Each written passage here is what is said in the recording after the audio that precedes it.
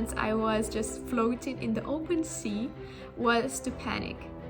But then I realized that I cannot just do that in this situation, because not only will spend a lot of my energy panicking, I will not likely move any closer to the actual solution of my problem.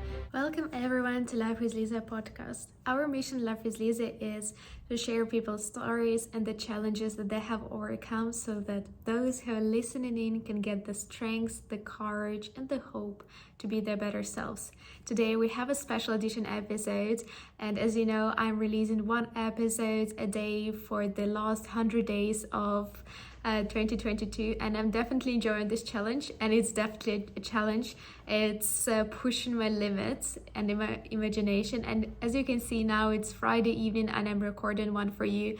And I'm doing this because I really want to share by my personal example that it is possible to make a huge challenge for yourself, a big commitment, and then actually stick to it, no matter what are the life circumstances, no matter how we feel on a certain day. When we set a goal, we can commit to it and actually make a plan to achieve it. So this is what I'm trying to show you with this huge challenge of mine. And the topic for today's episode, I actually wanted to share quite a fun story from my personal life and the lessons learned from it. So me with a group of my girlfriends, we decided to go to south of France and to have a very nice relaxed vacation. We rented a boat, and then in the afternoon we decided to take a nap. But the problem was that there was just not enough space for all of us to lay down and sleep on the boat. So we decided to inflate one inflatable mattress that had a little hole in it, attach it to the boat, and the one person will just sleep on that mattress. So the one person sleeping on that mattress was me.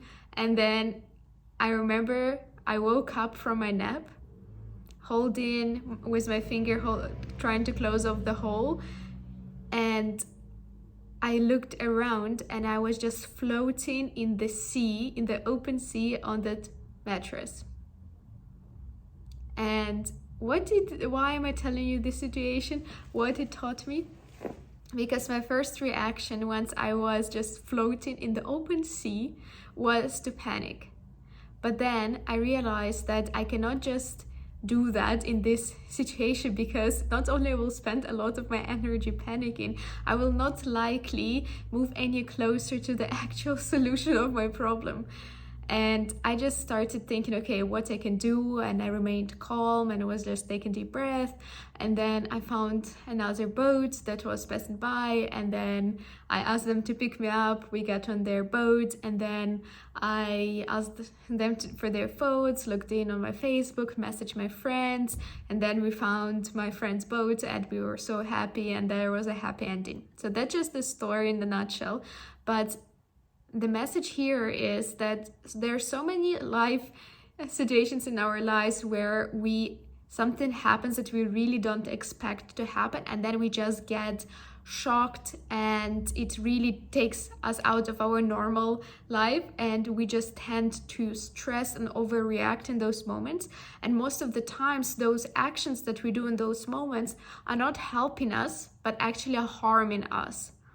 And there is such thing as emotional mastery, to realize and to promise yourself that you will not follow the emotions that actually are not serving your goals, and to realize when it is that moment, and to actually overpower your basic instinct emotions and act in a way that serves you. So I encourage you now to think of a situation where you panicked, and rightfully so. Maybe it was something where it was life-threatening, or as comical as my story of being lost in a broken floating mattress in the open seas in south of France. Just think of the situation where you've panicked and actually acted very rushed and acted under pressure and distress, and that actually did not serve you. And also, once you manage to come up with a situation like this, think what you could have done alternatively. Think about yourself entering in that same situation, but being a master of your emotions, feeling calm and reserved, and how would that have turned out?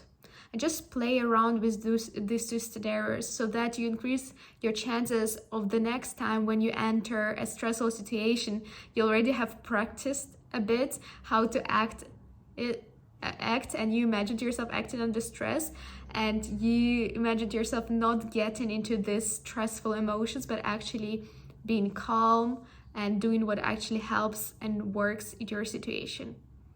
I hope this video gives you the insight in how to start gaining emotion mastery and how to start recognizing that sometimes our emotions actually are not serving us, but are actually harming us, and that we must recognize it, take hold of it, and master our lives. Thank you so much for joining to watch this episode. I hope you did enjoy it.